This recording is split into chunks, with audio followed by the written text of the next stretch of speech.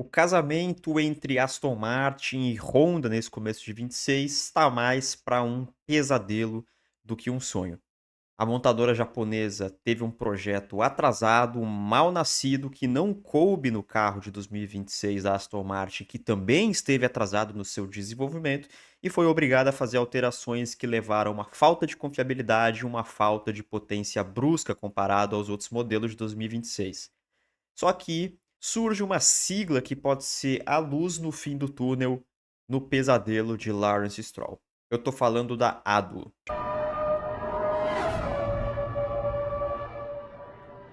Esqueçam o congelamento dos motores da forma que a gente conhecia no ano passado e nos regulamentos antigos. A ADO é uma sigla que vem do inglês que significa Additional Development Opportunities and Upgrades, ou Upgrades and Opportunities, né? Não muda a ordem dos tratores, não altera o viaduto. Que significa o quê? De forma bem simples e prática.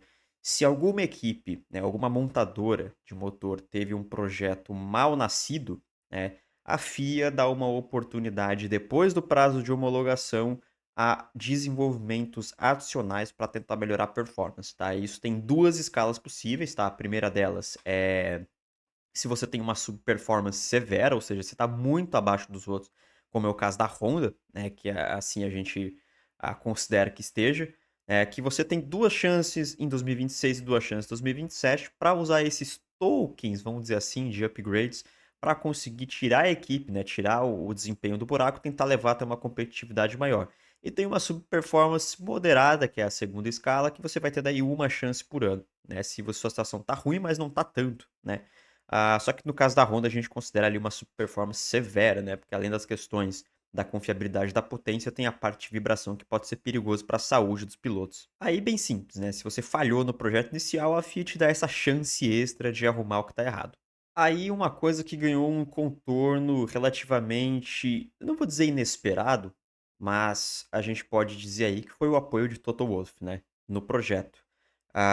O Wolff, em uma entrevista recente, se não me engano, ao portal Autosport, não vou lembrar agora, ou um portal alemão, ele falou de forma categórica, né, mistura ali de uma mistura de diplomacia que a gente conhece do Toto Wolff, também com um aviso prévio que ele sempre é especialista em dar, né. Ele disse ali, abre aspas, que há uma montadora que merece o uso doado, obviamente ele está falando da Honda, mas que ele ficaria muito desapontado se os tokens do ADO interferissem na ordem de forças atual, fecha aspas, né. Então, o aviso do Toto foi muito claro, a gente apoia a Honda, né, ele falou que há apenas uma montadora, né, que merece, obviamente ele está falando da Honda nisso aí, e ele ainda complementa dizendo que acha que todas as outras estão num nível de desenvolvimento ideal e também muito parecido e que nenhuma, exceto a Honda, merece usar os tokens de ADO para essa temporada, né? Sequer a Audi,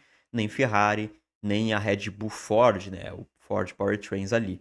Muito menos a Mercedes, né? Então, de forma muito categórica, ele falou, né? Deixa a Honda usar esses tokens de atualização, mas não deixa eles passarem a gente ou passarem outras equipes. Aí não só a Mercedes, né, mas a Ferrari também mostraram a preocupação com esse esquema aí do ADO, né, que eles chamaram na entrevista uma coisa que a gente coloca como leapfrog, né, que é um salto acima dos líderes, né, esse é o principal medo aí, tanto da Mercedes quanto da Ferrari, que são claramente os dois carros melhores nascidos nesse começo de 2026. Eles colocam essa preocupação, né, de que se a FIA abre esses tokens de atualização de hardware, de software e arquitetura do motor para a Honda, né, que isso possa interferir de forma direta e indireta na ordem de forças não só em 2026, mas também para o nascimento do projeto de 2027, né? E isso claramente é uma coisa que eles tentam evitar ao máximo. Então há um medo sim da Mercedes e também da Ferrari de que esses tokens, né, esse ADO seja usado de forma indevida pelas montadoras, que pode até dar uma vantagem injusta, né, para quem utilizar do ADO. Só que no final de tudo, para a Honda só resta essa luta contra o tempo, né, não só da Honda, mas da Aston Martin, de um carro que é ousado, o Newey, né, e toda a direção técnica dele fez um projeto muito inovador. A gente tem o exemplo ali do bico de pelicano, o esquema da suspensão traseira montada, né, na estrutura de impacto traseiro, A asa traseira é montada em cima dessa mesma estrutura, então a gente tem uma conexão tripla, né, a suspensão traseira tá, diferente do usual, a gente vê uma pull rod na frente e uma push rod atrás, normalmente a gente vê pull rod nas duas, né, para um Newey que quer ser muito agressivo, como ele sempre foi na questão aerodinâmica, mas como a fama dele sempre leva, é um cara que se não tem pessoas para cuidar da confiabilidade, realmente o carro peca nessa questão, como a gente já viu, por exemplo, a McLaren em 2005 e também em 2006. Exemplos também na Red Bull, a gente ficou cansado de ver, né? Só que lá também o sofrimento era por conta do motor, do motor Renault, né? Mas o tempo está correndo contra eles e a gente vai ver o que aguarda nos próximos capítulos, porque agora a gente tem que falar agora de maneira mais opinião sobre a situação da Cadillac na Fórmula 1 nesse começo de temporada. E agora falando um pouquinho desse projeto aí da Cadillac, né, o Cadillac Mach 26, né, obviamente Mario Andretti, né, de onde vem essa sigla aí. Eu vou expressar um pouquinho a minha opinião, porque saiu uma matéria ontem da Fórmula 1, listando alguns pontos positivos, né, da Cadillac, como por exemplo, o Pérez finalizou na volta do líder no Grande Prêmio do Japão, que já é um grande avanço, né, para um carro que, obviamente, pra uma equipe iniciante, né, estava ostentando lá, pelo menos junto com a Aston Martin, o finalzinho do grid, ainda não passou por Q2, dificilmente vai passar nas próximas corridas também, mas que há um futuro talvez não próspero, mas um futuro promissor, né, na equipe americana. Eu vou listar alguns pontos aqui, tá, de o que eu acho que está dando tanto errado no projeto da Cadillac, tá.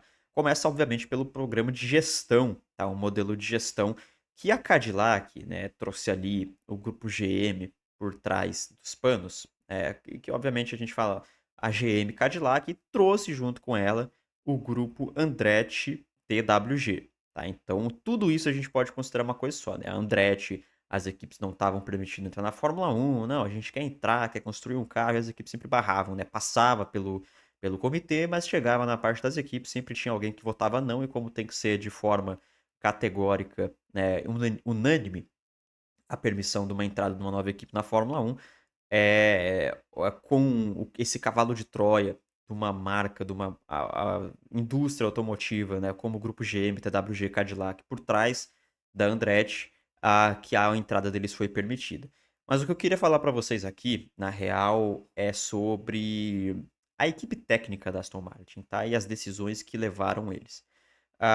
O pessoal da Andretti, eles têm um método de gestão e também de uma forma de trabalhar de muitas panelinhas, né? Eu vou listar para vocês o porquê. Grande parte desse projeto da Andretti é composta por pessoas que já trabalhavam na Andretti, por exemplo, na Fórmula E e na IndyCar, e por pessoas que eles trouxeram, né, para fazer essa construção do Cadillac Mach 26 e liderar o projeto.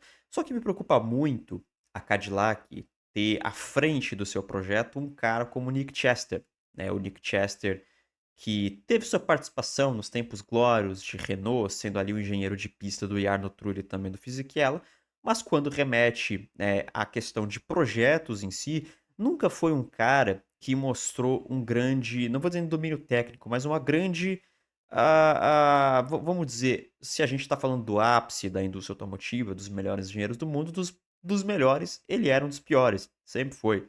Né? É um cara que teve ali à frente de projetos como Syntec, é um cara que teve à frente de projetos ali como, por exemplo, da Arrows, né? Que a gente sabe que teve um fim melancólico na Fórmula 1. Se eu não me engano, depois que ele sai da Renault, ele também teve à frente de projetos como da Marussia, da Manor, aquela Renault, lembra? As Renault não, perdão, as Lotus que vieram de 2014 para frente, foram todas construídas pelo Chester após a saída do James Allison. A gente tem também o John McKillian, né? Que é um cara que também tem uma trajetória muito questionável ao longo da Fórmula 1, né? A gente tem exemplos também do John Tomlinson, né? Eu falei, John McKillian, o John Tomlinson também.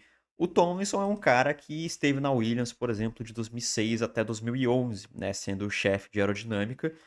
E curiosamente, quando ele sai na equipe no final de 2011, a equipe melhora muito, né? De 2012 em diante, com o Paddy Lowe no comando. Então, assim, e são caras que faziam parte daquela panelinha do Andretti, né? Uns caras de confiança. E fica sempre aquele questionamento, né? Pessoas que trabalharam em projetos que não deram certo na Fórmula 1, tiveram os seus 15 minutos de glória, como diria Joe Bonnier, né, todo homem merece seus 15 minutos de glória, em equipes grandes, mas em cargos que não representavam, por exemplo, uma liderança técnica expressiva. Então a gente tem que ter muita cautela, tá? Eu acho que com essa equipe técnica de ah, o Nick Chester, o John McKillian e o John Thompson, né? E sob a supervisão, né? Sob como eu posso dizer, a consultoria de Pat Simons, que é um cara que estava trabalhando sempre na construção dos regulamentos aí da Fórmula 1. Eu não acho que o futuro seja tão próspero, pelo menos não a curto prazo, para a montadora americana, né? Eles têm que mudar, é um projeto que aí tá dando sua base em pilotos como Sérgio Pérez e Valtteri Bottas, que a principal aposta, né, de futuro deles nesse exato momento é o Colton Herta, que assim é muito questionável a presença do Colton Herta na Fórmula 1, mas muito questionável. Você fã da Indy, fã da Andretti, fã do próprio Herta, me perdoem, cara, mas ele não é. O Colton Herta é piloto para bater roda com Stroll nos seus melhores dias, tá? Nos seus melhores dias para bater roda com Stroll. Então, assim, decisões extremamente questionáveis por trás do grupo TWG, Andretti, Cadillac, GM e tudo mais, né? Que tem talvez aquela luz ali no fim do túnel vindo justamente do Sebastian Weldon, mas que vai correr a FREC esse ano. Então a gente está falando depois da FREC tem a Fórmula 3, depois tem a Fórmula 2, e se ele não ficar mais de um ano em alguma categoria. Então tem pelo menos 3, 4 anos, né? Para montadora ter um piloto seu, para chamar de seu, né, desenvolvido na base, pronto para saltar para a Fórmula 1 pela equipe. É um projeto que atualmente aí as peças, os peões que movem o projeto, apesar de todo o investimento de fábrica nos Estados Unidos e presença na Itália e presença na Inglaterra, né, tá liderando aí para um caminho não tão seguro dentro da categoria, tá? O vídeo de hoje era sobre isso, né? Comentar essa notícia aí do Ado da Aston Martin e também expressar minha opinião sobre o futuro da Cadillac na Fórmula 1. Tá? Esse foi o Breaking Zone de hoje. Espero que vocês tenham gostado. Se quiser apoiar o canal, não esqueça de ter o QR Code, né, que minha mão tá cobrindo aqui, onde você vai ter o Live Pix, onde você pode ser um assinante nos planos de 2, 5, 10 reais ou mandar qualquer valor pra gente aqui, que a gente dá uma conferida depois. Ou então vire um assinante, um membro pelo YouTube, tá? E deixa aquele seu gostei, aquele hype, se inscreva no canal. Se gostou muito do vídeo, dê aquele super valeu, né? Com a ajuda financeira que sempre é muito incentivador aqui pra gente continuar trazendo o melhor do automobilismo para vocês, tá? Obrigado a todo mundo que assistiu até aqui. Fiquem bem e até a próxima.